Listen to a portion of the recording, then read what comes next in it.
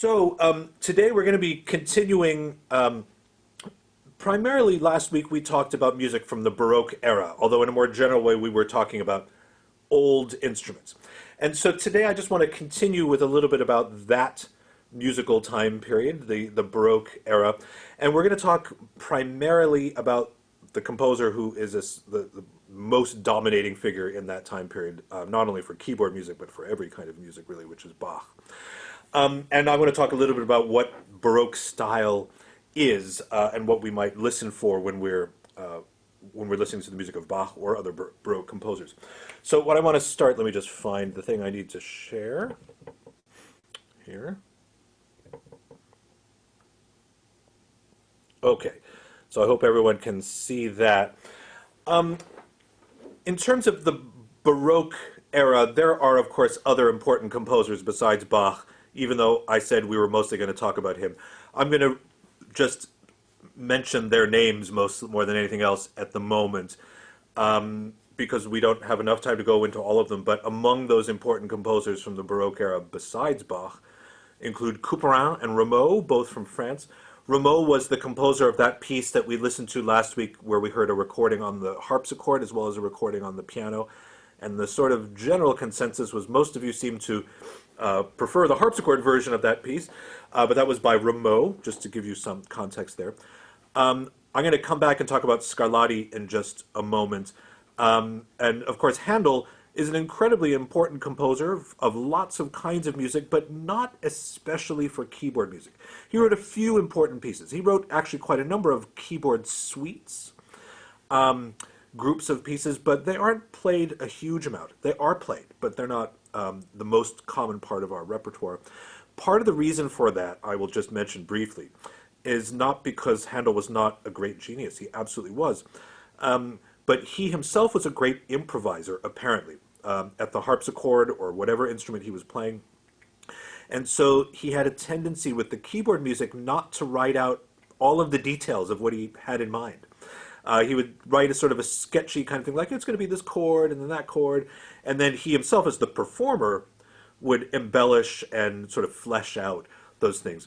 But the result is that now sometimes we don't have quite as much as what we need in our day to know how best to play that music, or it requires more of a composer's touch, you might say.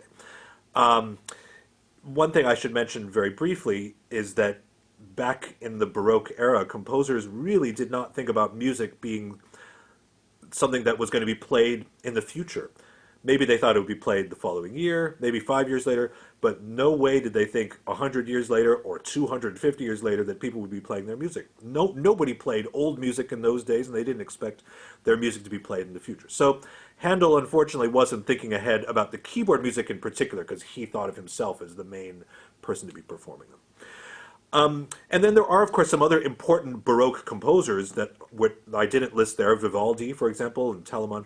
I only didn't mention them because I'll remind you this is a class about piano music or about keyboard music. So that's the thing. They hardly wrote anything of significance for that. I'm going to make a brief mention before we get into talking about other things such as Bach, about Scarlatti. Last week I played a piece by Scarlatti, so I think we don't need another illustrative example of Scarlatti's music. But I'm wondering, do any of you happen to know, and this is an approximate number, by the way, anybody happen to know how many sonatas, I played one of them last week, how many that Scarlatti wrote? If you want to answer, you're going to have to unmute yourself or put it in the chat box. Lots and lots and lots. That's definitely one answer. Anyone want to be more specific? Nobody even wants to guess. I don't know what you think is going to happen if you guess wrong. It's about 600. He wrote about 600. So he wrote a lot of music, in other words. Almost all of that music, almost all the music he wrote was in that format, a piece for solo harpsichord. And that has everything to do with the fact that he was, for most of his adult life, was employed by the Princess Maria Barbara, who I believe was from Naples, which is where he was from, and then ended up marrying a prince in Spain, and then she moved to Spain. Scarlatti moved with her. Scarlatti was her personal composer, you might say, or he was the court composer that she was responsible for choosing. And so it appears, although I don't know very much about this, and I'll tell you why in a moment, why I don't, it appears she must have been a really terrific harpsichord player because he wrote those 600 sonatas maybe with himself in mind, but also for her. She was his employer. In those days, you might imagine a composer just going to to their study and writing music by candlelight because they were inspired and they felt they needed to do it. But also, more of it was that they had a boss, and that that person probably is some kind of nobleman. Sometimes it was maybe a church. Somebody would employ you. They employed you in much the same way that they might employ a chef, and they might say, well, next week we have a big party. Can you make this food? 2 weeks from now we have a big party. Can you write a piece? So that was kind of the nature, to some degree, of the job that Scarlatti had, and also Bach, by the way, different jobs.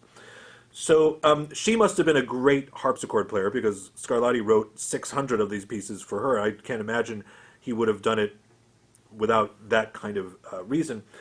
And so I should mention part of the reason I don't know whether she was great, I'm just guessing because the pieces he wrote were not that easy, is that, in those days, for women, especially a woman of noble birth like a princess, it's not really it was not at all socially acceptable to be performing in public. Certainly not to be making a living as a performer. That was going to take another 100 or 125 years before that started to happen. So that Princess Maria Barbara might have been great, but unfortunately, we don't know about that nowadays. But we do have the benefit of all those pieces that Scarlatti wrote for her in particular. So anyway, I just wanted to make sure I said a little bit about Scarlatti because after Bach, he's the most important Baroque composer for us, those of us who are pianists. And again, not to discount the importance of Handel or Vivaldi or composers who wrote great music for other kinds of things like orchestral music and choral music. But when it comes to keyboard music, it's Bach number one, about 1 through 99. And then there's Scarlatti. There was a question in the chat box about how many have survived. A lot. I mean, there are hundreds and hundreds of them. They're not, I'm sure that there are some that are lost, so it's possible that there are some we don't know about, but hundreds. There are a lot of them. So I want to talk a little bit about the Baroque style. And what I'd like to do in order to get a little better handle on it is, that was not a pun, I didn't intend it to be a pun, to get a little better handle on the Baroque style is just to see a few things from the visual arts. Somehow that's, oh, thank you. Are you sure? I don't see anybody. Heather's telling me someone's in the waiting room, but I don't see anyone in the waiting room. So, nobody. There's no one in the waiting room. So, so I want to show, oh, here we go. All right. So the Baroque style, some of the common features, not only in music, but also in painting, architecture, and other areas are the things that I've listed there. Complexity, a sense of movement, and a lot of ornamentation. So I want to show you some visual examples of that because I think may help us to hear it in the music as well. Give me a moment. Where is it?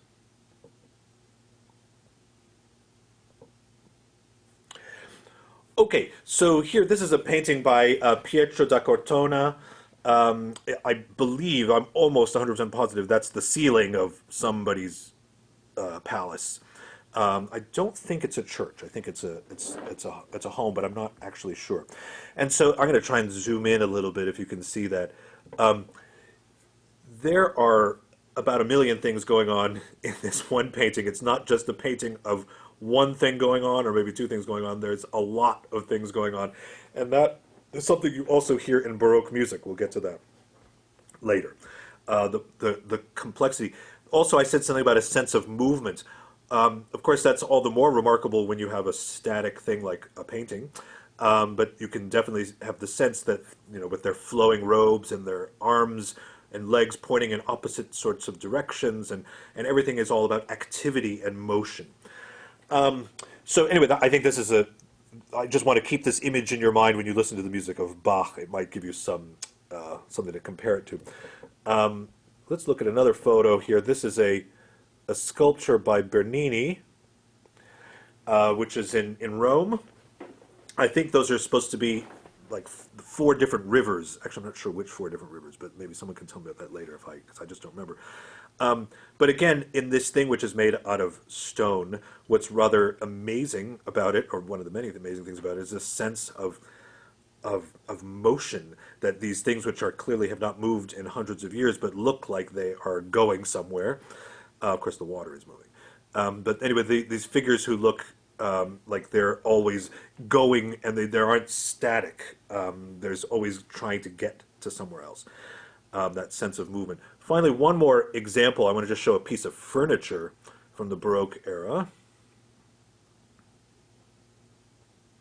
I don't know if any of you have something like this in your house, but this is a piece of furniture from the early 1700s. I'm not sure who made it, but in any case, it is so complicated. I mean, you know that you don't need to make the legs to look like that to be supporting your nightstand or whatever kind of table this thing is. Everything is complicated, and there are ornaments all over. It's not nothing is almost nothing is plain. Actually, the plainest part of it is probably the surface on the top, the marble, but the rest of it quite complicated and ornate. So those kinds of features are things that we often can hear in a certain way in the music as well, the music of Bach and music of other Baroque composers. So I hope that we'll notice that as we have some musical examples as well. Just open this one here. There we go. As I mentioned before, that really the very much dominating figure in the Baroque era was Johann Sebastian Bach. I wanted to make sure I said his whole name because there were a lot of Bachs. Bach was from a musical family going back several generations where not only did they enjoy music and were talented in music, they were working musicians.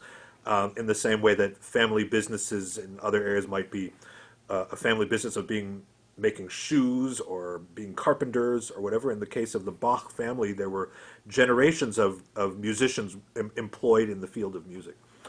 And that continued with his own children. Of course, none of them were quite the same as this one. No one was the same as this one, but he was part of a musical family. And so he was born in Eisenach in 1685. I have never been there, but apparently it's a very small town.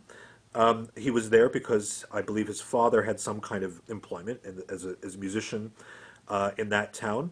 And then he died in 1750 in Leipzig, which is a somewhat larger town, of course, a much larger town. Speaking of Bach's family, well, actually, let me come back in a minute. What you might notice, or you might surmise from the fact that he was born in one place in Germany and died in another place, what you may not realize is that he never left Germany. Unlike Handel, for example, who ended up moving to Britain, Scarlatti, who was from Italy but moved to Spain, Bach never left Germany, and he didn't leave Germany, but he did move around quite a lot because he was always trying to get another job. He was trying to get a better paying job. Part of the reason Bach had to be so concerned with getting a better paying job is, I don't know if I want to make you guys guess about this again. Anybody want to guess how many children Bach had?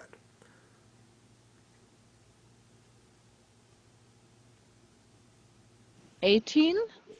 Well, that's not 13. necessarily.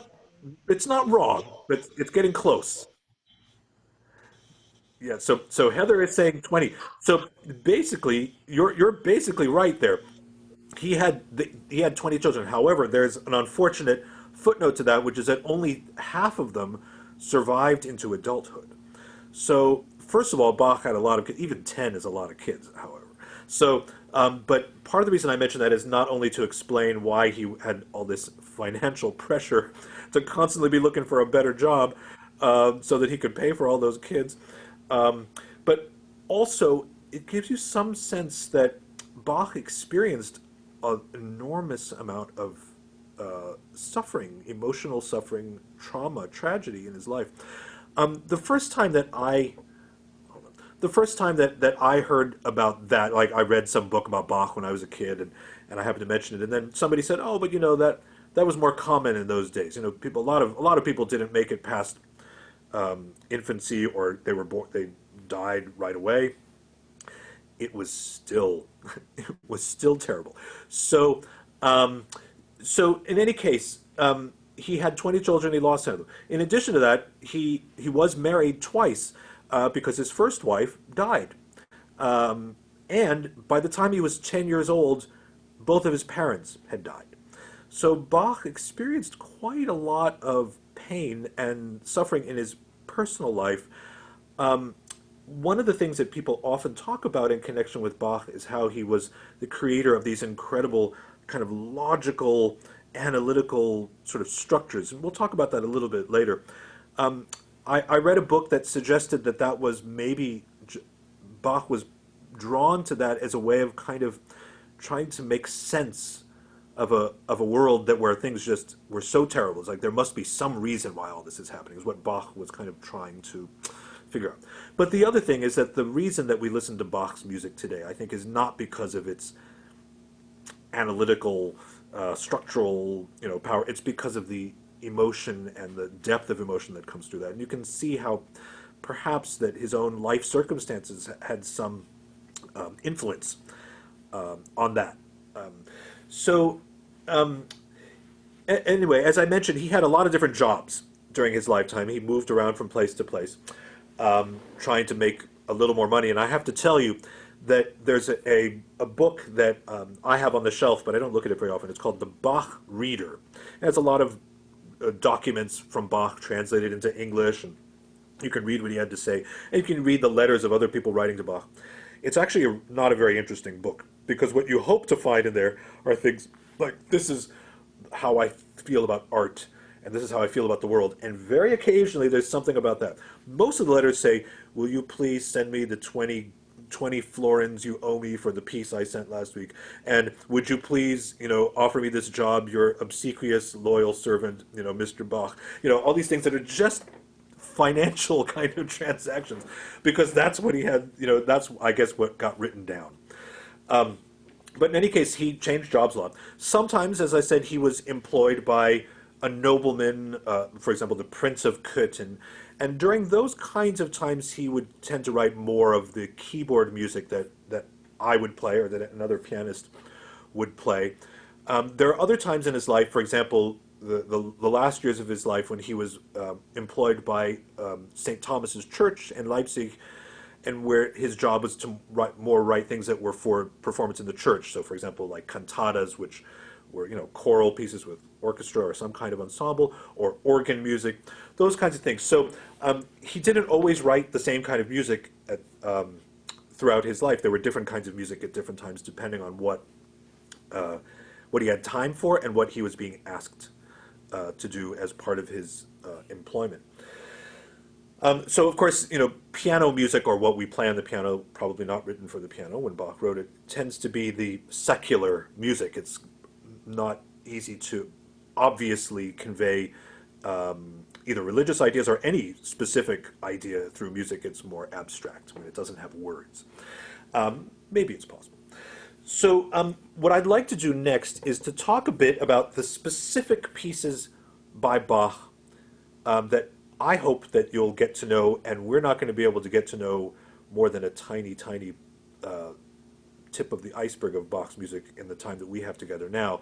But I hope it will give you some idea of what exists that you can find on your own on YouTube or Spotify or or wherever you like to find music. So I'm going to show you a list that I made of some, not all, some of the important pieces that Bach wrote for the keyboard. First of all, there's the Well-Tempered Clavier. I'll talk about that in a little bit. The Goldberg Variations, also something I'll talk about in a few minutes. And then he wrote a number of pieces in the form of suites. I'll get to that. Partitas, English suites, French suites. I'll talk about what a suite is in just a moment. Some other important pieces: the Chromatic Fantasy and Fugue, the Italian Concerto, and there's many, many, many others. Fantasies, toccatas, two-part inventions, three-part inventions, the concertos for harpsichord and orchestra.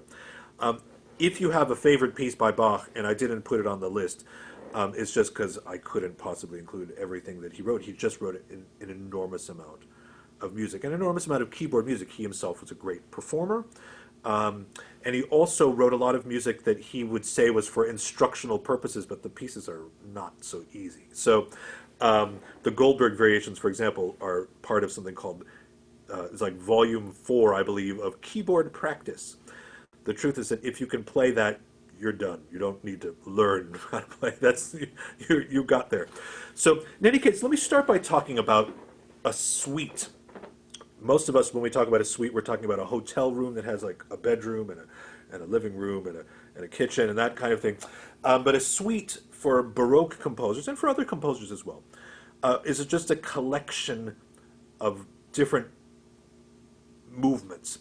In the case of Bach and other Baroque composers such as Handel, it would be a collection of dances, dances that were popular in the Baroque era, and those include some things which you may know nothing about today, and I wouldn't know anything about them either if I didn't have to play them. Things like a bourrée and a gigue, gavotte, all those kinds of things that were popular dances, and then he would put them together in a collection uh, of of several movements.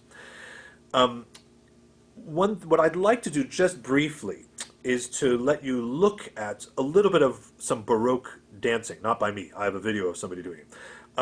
The Baroque dance, by the way, is apparently considered to be one of the main precursors to ballet. But I don't know how well you'll be able to see that. But at least it gives you a little idea that this music had a kind of a functional purpose. The video I'm going to share with you is not Bach. It's another composer's music. In fact, I couldn't even figure out what composer it was. But it'll give you some sort of visual idea of Baroque dance. In this case, it's a gigue. By the way, the word gigue, you may or may not notice that it sounds a little bit like the word jig, J-I-G, which is like a kind of an Irish or English dance. It's the kind of thing you imagine pirates dancing on their pirate ship, a jig. And a gigue is just the French kind of stylized way of saying that, or the French language way of saying a jig. It became this kind of court dance. Okay, give me a moment to find that video so I can share it with you. Oops.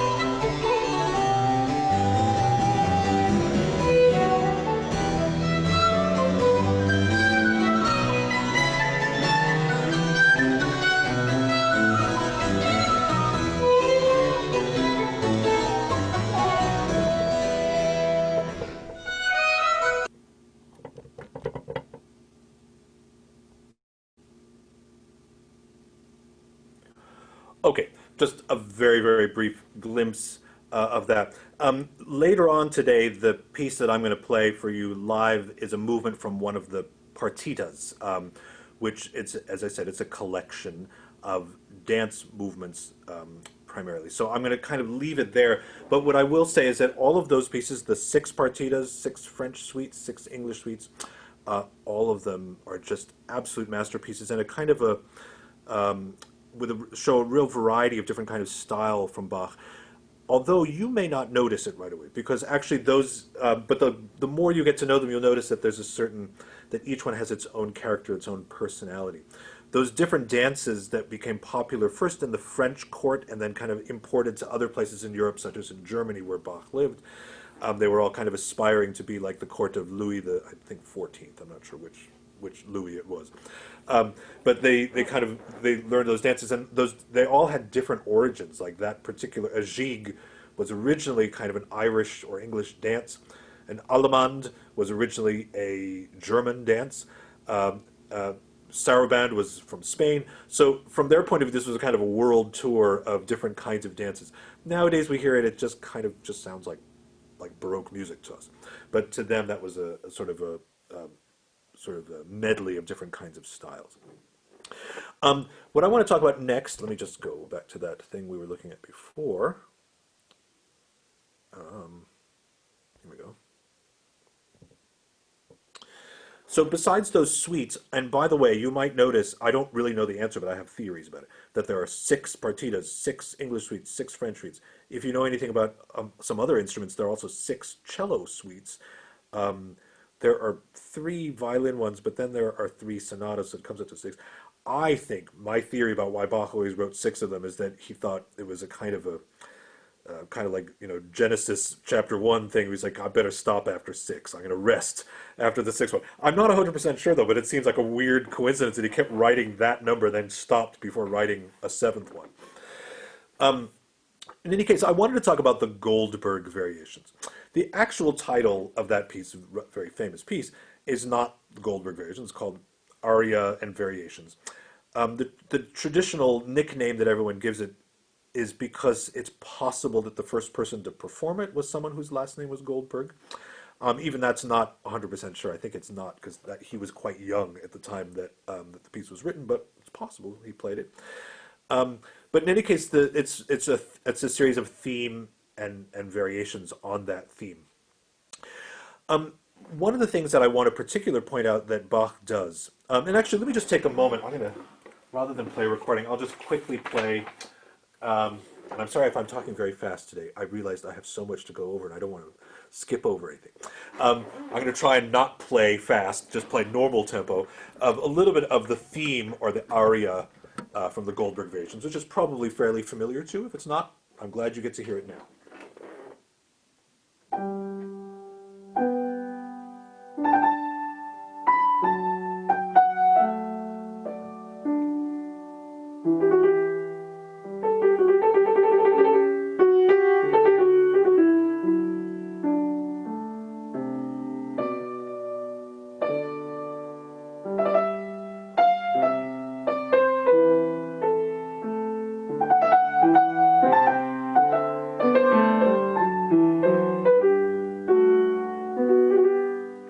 Okay, so I'm just going to stop there for now. If you're wondering what variations really are, normally what it means is a composer takes the theme, and then in each variation he keeps some things absolutely the same. If you're talking about, for example, Mozart or Beethoven, later composers, usually the harmony stays more or less the same, not always, but more or less, and the sort of the general idea of the melody stays the same, but maybe they would add some notes or they subtract some notes and they play in a slightly different rhythm. What Bach does is not quite the same thing. It's a different way of writing variations.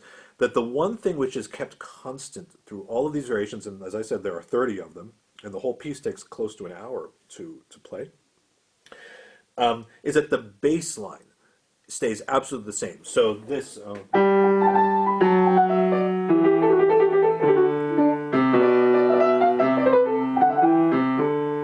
So I played it very fast, but that bass line you hear in every variation in here. He does whatever else he wants to do with everything else going on, but that stays the same. And so I want to keep that in mind for a couple of specific variations that I want to point out to you that might give us a little glimpse into just how incredible Bach was as a composer. Some of the variations, and so hold on to that because I have to make a little detour before I can come back to the idea of the bass line staying the same. Some of the variations are in the form of a canon. And I'm hoping that at least some of you will have heard of what a canon is before. A canon with a total of 2 ends, as opposed to a total of 3 ends. 3 ends means the thing, speaking of pirates, shooting bullets, very large balls at the other pirate ship. But a canon with 1 end and then later on another end is a certain kind of musical form where you hear one thing, and then that exact same thing is repeated, overlapping with the melody that started earlier. The most famous example of how you can make a canon, and the term round, I believe, is the same musical term, is row, row, row your boat. You may already know, in fact, I'm pretty sure all of you know the fact that you can sing row, row, row your boat. You start, and then a measure later, someone else starts, and then a measure later, someone else starts, and it somehow magically sounds good together. So let me make sure we're going to listen to Row, Row, Row Your Boat. I know that's not Bach, but we're going to listen to it anyway, just to give you an idea of the idea of music that's an exact replica of what happened before, and it sounds good that way. Let me go to that.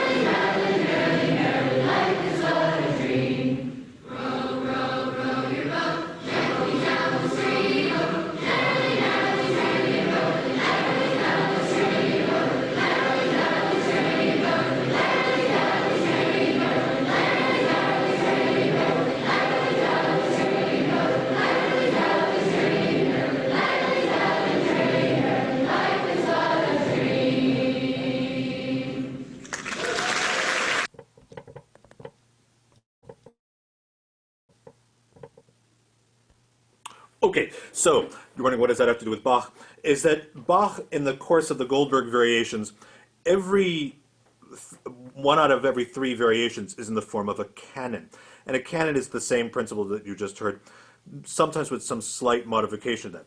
Which is, let me give you an example. So variation number 21. One of the voices does this.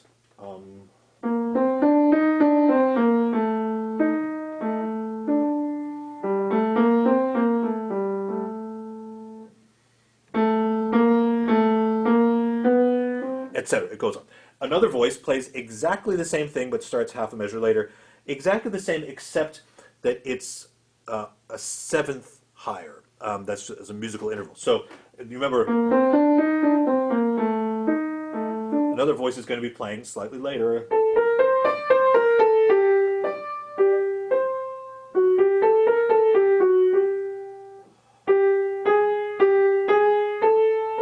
Okay, so in a moment, I'm going to let you hear somebody playing that where they play both the parts, and you hear how it magically sounds good together.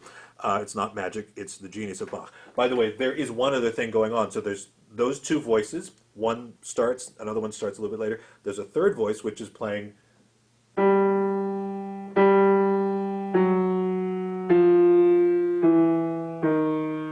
That's the bass line that we heard at the beginning of the Goldberg variation. So those three things combined magically will sound good, right? Okay, let's find out if it's magic. Let me. I'm going to let you hear a recording of.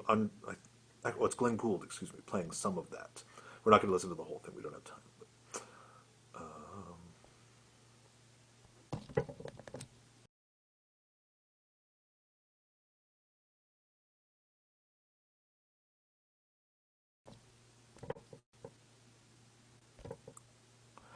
Okay, I don't know if you were able to catch that on like a first hearing, but there was one voice. The same thing happened in a different voice a moment later, and meanwhile we also had that same bass line. It may not seem like a big deal to you, but it is very hard to write music that magically sounds good with itself half a measure later. But Bach did that also while, by the way, expressing some character, feeling, emotion. It's not just a kind of a mental exercise. Sometimes I think composing was maybe too easy for Bach, so he had to make it a challenge by doing this kind of thing. Okay, I don't know. I'm also going to mention one other thing about the Goldberg variations in particular, which was a kind of a party game. Well, there's a part of this that had to do with the Bach family party game. So the Bach family, all being musicians, would get together, and one of the things they did for fun after a few beers, I think, is that they would think about two different pieces of music, and in this case, a kind of a popular song from 1700 or so, and they think of these two popular songs. And say, hey, I think if you put them together, they would sound good. I think in modern America, I think they call that a mashup. If you take like a Katy Perry song and a Beyonce song and you put them together and they sound good, that's called a mashup. Apparently. So Bach did this. It was called a quodlibet, and I think that's from Latin. I think something to do with like you do what you want freely or something. I don't know. Anyway, I have to think about what those words really mean. But in any case, a quodlibet, that was a kind of, as I said, a party game that Bach and his family would sort of work out, like, hey, this would sound good. So they all start singing things. So apparently, I didn't know these tunes were popular back in the 1700s, but apparently they were. There was one that goes like this.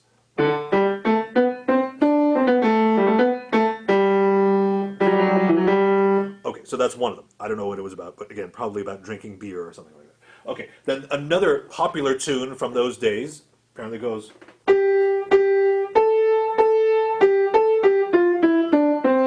Okay, so in a moment, I'm going to show you how Bach put those things together, and it sounds like music. The other thing going on in this, by the way, you remember that bass line.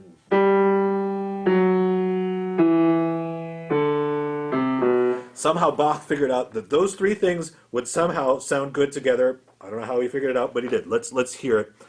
If I can find that.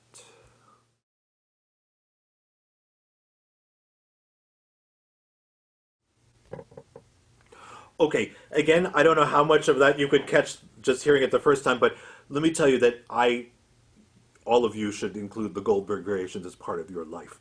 But whatever it is that as you listen to them, almost certainly the first impact is it's beautiful. It has such a range of different character and emotion.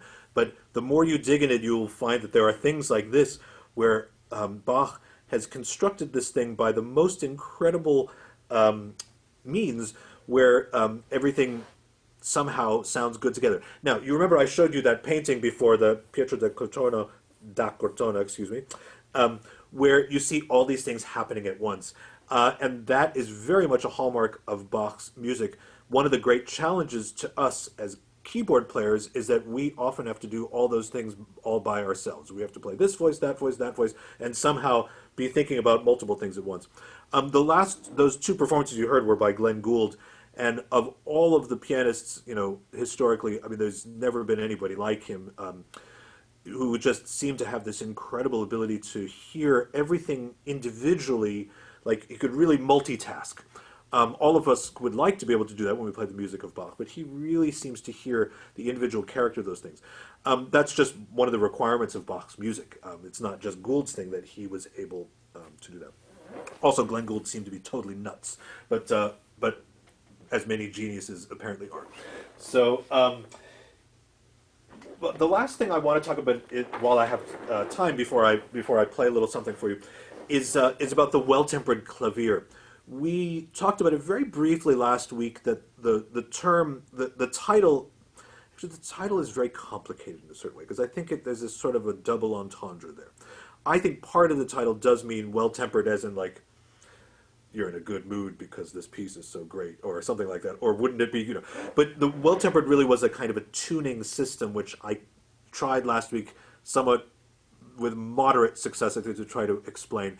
I can't explain it very well, but basically it was a new system for tuning keyboard instruments that would allow you to play pretty well, or to sound pretty good in any tonality, in any key. C major, C sharp major, D major. And even though nowadays we assume that to be the case, that wasn't the case on the tuning system that preceded it. So Bach was kind of making an advertisement for that. So he wrote two sets of pieces called the Well-Tempered Clavier. They usually call Well-Tempered Clavier Book 1 and the Well-Tempered Clavier Book 2. He did it once, and he decided to do it again about 15 years or 20 years later. He wrote a prelude and a fugue in every major and minor key. And so therefore each volume has 24. There are 12 major and 12 minor keys. So he did it twice, and altogether that means there are 48 of these incredible pieces of music. Fairly short, most of them. Some of them are long. I mean, by short, I mean the average length is probably about 5 to 6 minutes for the prelude and the fugue. There are some which are somewhat longer, a few which are a bit shorter. But they're altogether, it's an incredible body of work. Now, a fugue, I do want to take a moment to try my best to explain something that's really hard to explain, what a fugue is.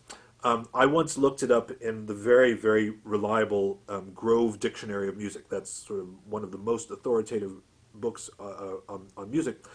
And the description of fugue, it's like, it's not wrong, but it doesn't really tell you what a fugue is. It says something like, it uses voices imitatively, something like that.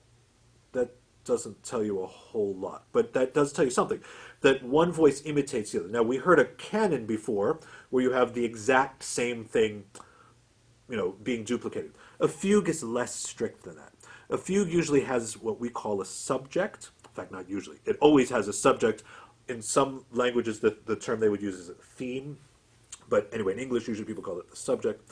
And that subject you hear played by different voices. Now, I'm talking about voices doing it myself, but of course, it could be a choir, it could be an orchestra where the violins have it, then the violas have it, then the oboes have it, and they kind of go back and forth, and they overlap with each other. They're all playing music that sounds individually interesting, but you put it together, and it also sounds together, it sounds good, it sounds effective.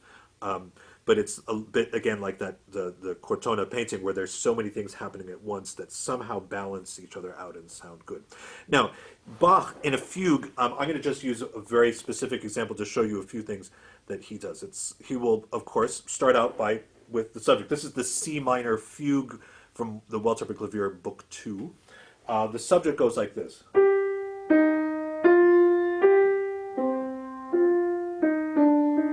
And then what happens is another voice, in this case it's my other hand, is going to play, I know you can't see, I'll move the camera later when I play for you, plays something similar.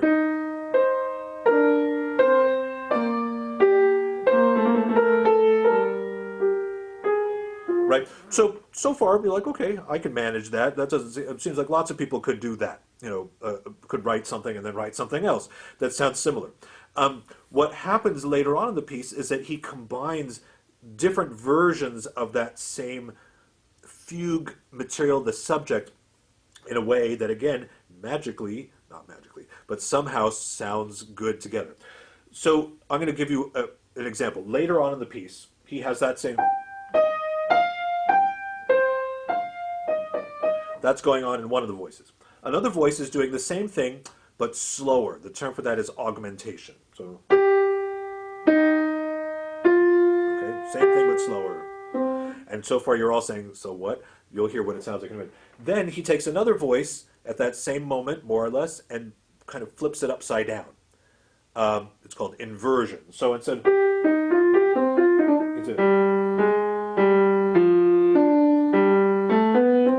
Okay, so he's playing around. Now I'm going to try to play this passage. I should have practiced it. It's a little tricky to do. I have to do all those three things at once.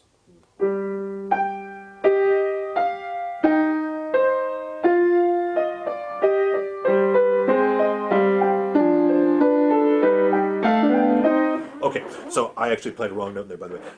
I don't know if you could hear in that very, very brief passage, just two measures, where he combined these three different things that are all based on the same thing, but different versions of it, that somehow just sounds like music. And so, as you hear a fugue, there's a certain independence of each voice. Each voice has something to say, but they also coordinate in a way that sounds good together. Bach is the unmatched master of writing fugues and writing what we call counterpoint. In more general terms, it's kind of when you have different voices. I keep using the word voices, but at the piano, it's just different melodic material happening at the same time. Of writing stuff that each part is individually interesting and sounds good together. I'm sure there's some kind of moral or ethical or some kind of thing that we could all learn from that. But in any case, I'll just say that that everybody after Bach desperately hoped that they could write like him, but they kind of gave up. So, for example, Bach wrote these preludes and fugues. A few generations later, Chopin wrote 24 preludes. He wrote these pieces that very much as a kind of tribute to this earlier composer. that Chopin wanted to learn by getting to know his music. He wrote a piece in every major and minor key, but he said, "I'm not writing a fugue." Chopin. There's no question that Chopin is in the top category of musical geniuses, but he's like, we'll leave the fugues to Bach.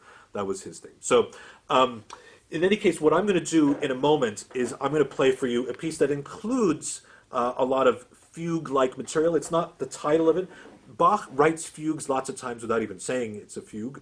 But in any case, what I'm going to play is the first movement of the fourth partita. He wrote 6 partitas. This is number 4. There are basically 2 sections. And I think you'll notice in the first section there's a lot of, I haven't talked about this much today, but a lot of ornaments. Things like trills, That's what's called an ornament in music. And it's just, instead of just playing the melody very plainly, there's something complicated about it, sort of like the legs of that piece of furniture we saw before. And so there's that, and then there's a section, the most of the piece is made up of a kind of a fugue-like section where you will hear a theme played at first, then imitated in the other voices, and each of the 3 voices has a kind of a, I hope, interesting sounding music that also combines to sound good. In order for me to do this, I have to do something technical, which was going to require me to get to disappear for about 60 seconds. But I will be back. What I have to do, I'll just explain to you. I have to switch from my iPad, which I'm using right now, to my phone, which I'm going to use because I'm going to be using the music, and the music is on my iPad, so I can't. Anyway, the point is, I'm going to switch to my phone. So I'm going to disappear for about 60 seconds, and then I'll be back. So don't go away.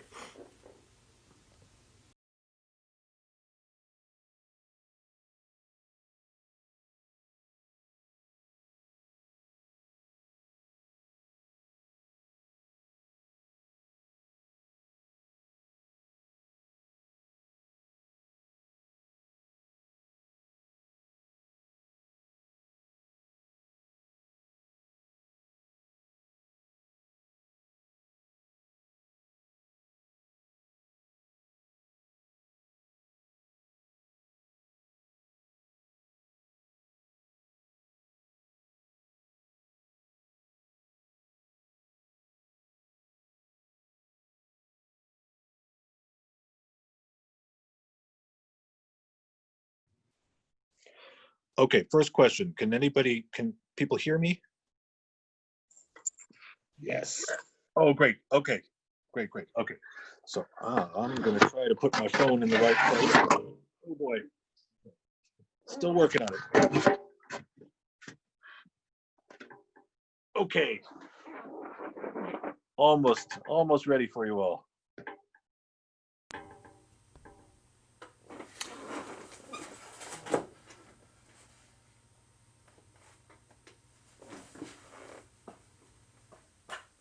Okay, again, this is the first movement, the overture from the partita number 4 in D major.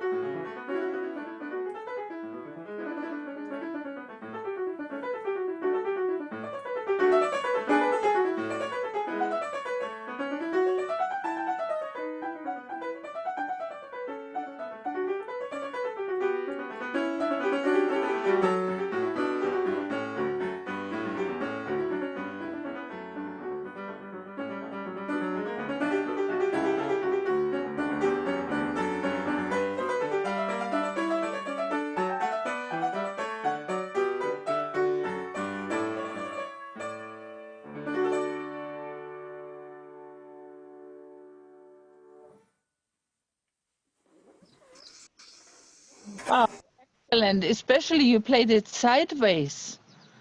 Oh, oh, you all want to be silent? It was I'm odd. not. I can't figure out how to do everything on my phone. I'm more used to doing it on my iPad, so sorry about that if I was sideways. My piano is, in fact, you know, right side up normally. What if I do this? Am I upside down or am I normal? Upside down. Oh, why am I Upside down. well, I'm gonna have to hold it like this then. Okay. Well, I know today I had to really be in a big hurry to try to cram in a lot of stuff because there's a lot to talk about Bach. But I hope that at least it would give you some encouragement to go seeking out some of those things yourself and get to know those pieces better. Um, I'm happy to, if I can, to try to answer any questions. For some reason on my screen, I don't see very well. So if you want to ask a question, you might just turn off your microphone and start talking. Maybe that'll, or if you're not even a question, if you're just a comment, is also fine. Max, I just want to say that of all the concerts I've heard you play, I don't believe I've ever heard you play Bach before. And that alone is a huge pleasure. Thank you. Well, I have to tell you that so this summer, well, not it didn't even start in the summer. It started since our whole COVID life began, which for me things particularly changed. Was it March? I can't even remember now. It feels like I can't even remember what life was before that. Is that I've been for me every concert I had was canceled, of course, and so not only for me but for all of my colleagues as well. Was on the and so but what one result of that is that I have a lot more time to practice things that I just feel like playing as opposed to things that I have to play, that are on my schedule and that I'm obligated to. Not like I don't like playing the things I'm obligated to play, but I it gave me the opportunity, for example, to learn a lot of new repertoire. So I am playing. There's almost not a day. I would say since March, there's been maybe 4 days total that I did not work on something by Bach. That's Wow. been a big part of my what's been important for me as a person and as a pianist. So I'm You glad I can. inspired me to play again too, because I love Bach already as a child. That was my favorite composer. I'm gonna sit down afterwards and play. Good, good. I'm glad. Yeah, me too. When I was a kid, it was Bach, and then there was everybody else. I since learned that there are other great composers too, but yeah. Other questions? Max, I have a technical question. You said your music was on your iPad. What app do you use? I'm trying to scroll over to see I'm just going to tell you, but I have to talk into the air because for some reason I can only see a few people on that screen. So I have an app on the iPad which is called Fourscore. It's like the beginning of the Gettysburg Address, but spelled FOR. But Fourscore, and it's absolutely the one to get. And really, my colleague who uses iPads, and there's a lot of us now who are doing this, uses that. It's the easiest one for being able to write in. That's really important. Like you want to write in a fingering or write some other note or circle something or whatever it is you want to write in music. That's important because we do that in a piece of like sort of paper music. It's very easy. You take a pencil and you write in it. Um, and that was my hesitation for a while with the iPad. I also have an Apple Pencil, which makes it like really easy. Also, it's easy to turn the pages. Keeps things organized. There's a lot of good features. It's important to mention that because actually it's not a free app.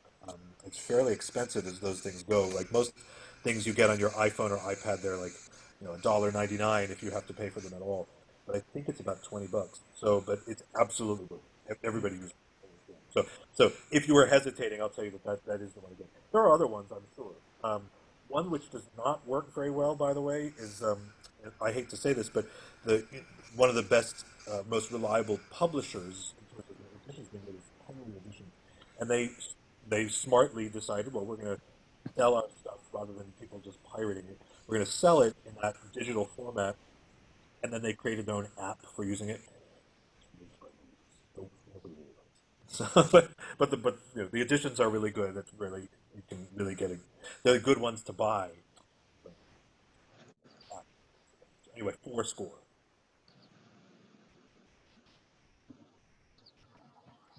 Anybody else? Okay. Well, so I guess so. Next week, by the way, we will be starting to talk about style or I use it. style using the brokers, the classical. The person I spoke to at I guess I'm trying. So the classical style, and that's going to be especially focused on musical notes. So I'll probably about that next week. So in the meantime, um, oh, are you having a hard time hearing? I wonder. Yeah, yeah, somehow your sound is weird now. Oh, okay. Maybe I have to. Probably because more people are unmuted and there's a lot of background noise. Okay. Okay. Well, so I'm just saying, I'll see you next week, and I hope you can join us for a little Mozart. Yes, thank you so much. Hey, Max, this is Bob. yeah, I think it's- Yeah, I did. Oh, well, okay. I'm still here, He's Bob. gone. Go ahead, Bob. It's okay, Bob. Go Okay, ahead. so I was going to say I've discovered a couple of streaming services for music that are extraordinary. And one of them is called Idagio, Idagio. It's a German company, and they have 4 million pieces of classical music, give or take.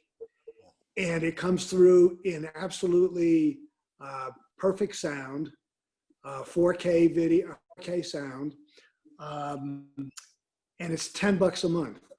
I see. Now I think of all the money I spent on CDs in my lifetime, all 2,000 of them, and how much trouble I went through to put them all on my hard drive and then gave them away. Well, Idagio, I mean, if you want to hear the Beethoven Fifth Symphony, there's like 30 versions going back to the 1930s up to the present. So if you don't know about Idagio, I recommend it highly. $10 a month. And the other one that I've more recently discovered from somebody at the Tucson Symphony is Medici.tv, find out. MEDICI.tv. You get live broadcasts of symphonies and even opera from all over the world. And that's also about $10 a month. So music is incredibly available these days. That's the end of my spiel.